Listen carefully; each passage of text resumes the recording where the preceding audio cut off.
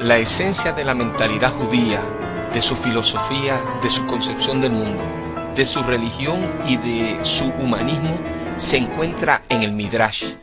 Ese vocablo hebraico significa indagar, preguntar, investigar. La literatura midrashica creció dentro del mundo talmúdico de los siglos I al VI y luego tomó su propio rumbo, autónomo.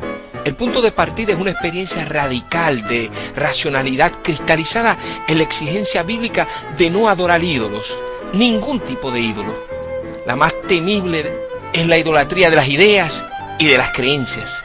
El Midrash pregunta, su osadía es inmensa, las irracionalidades del devenir de la historia, las contradicciones dentro de las escrituras, el silencio de Dios en momentos de angustia. Todo merece ser conducido ante el estrado de la razón crítica y debe responderse. El tono es popular, el estilo anecdótico. El Midrash es la libertad del espíritu que impide que los significados se cierren y se constituyan en dogma.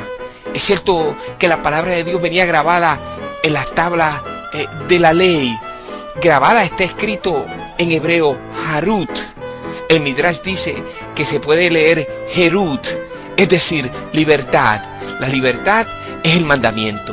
El Midrash es vigilia de libertad, pensamiento en movimiento, hermenéutica en eterna sed de facetas inéditas.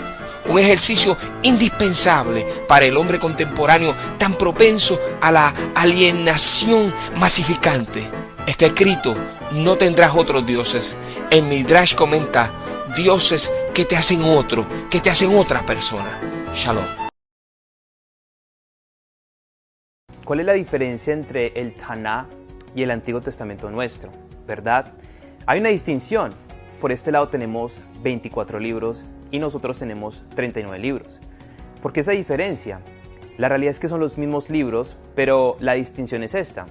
La realidad es que nosotros tomamos nuestros libros o la división de los libros del formato o la división que se hizo en la Septuaginta. La Septuaginta es una traducción que se hace de los libros hebreos al griego, o sea, al idioma koiné, entre el siglo III y el siglo II.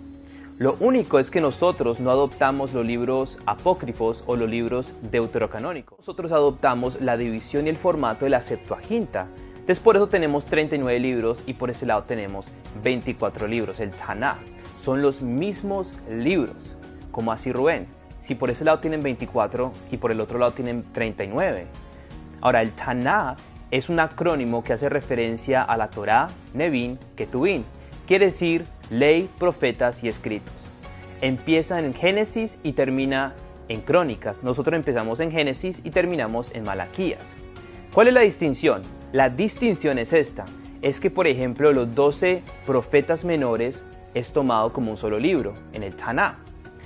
De igual forma, originalmente Nehemías y Esdras fue escrito como un solo libro, ¿verdad? Por otro lado, también vemos que Primero y Segundo de Reyes es tomado como un solo libro, igualmente lo hacen con Primero y Segundo de Samuel, igualmente lo hacen con Primero y Segundo de Crónicas. Si lo sumas, da un total de 24 libros, por tanto, son los mismos libros. Y así como Pablo le dijo a Timoteo que toda escritura es inspirada por Dios, acá se refería a la escritura del Antiguo Testamento. La palabra escritura en el griego es graphe y se utiliza por lo menos 51 veces en todo el panorama del Nuevo Testamento, mencionando la autoridad del Antiguo Testamento. Entonces, toda escritura, todo graphe, fue inspirado por Dios. La palabra inspiración es theopneusto, que significa exhalado por Dios. Por tanto, todo el Antiguo Testamento, el Taná, o los 39 libros del Antiguo Testamento, fue exhalado por Dios. ¿Con qué fin? ¿Verdad? Para que sea útil, ¿en qué? Para que sea útil para enseñar, para redarguir, para corregir, para instruir en justicia, a fin de que el hombre de Dios sea perfecto, enteramente preparado para toda buena obra.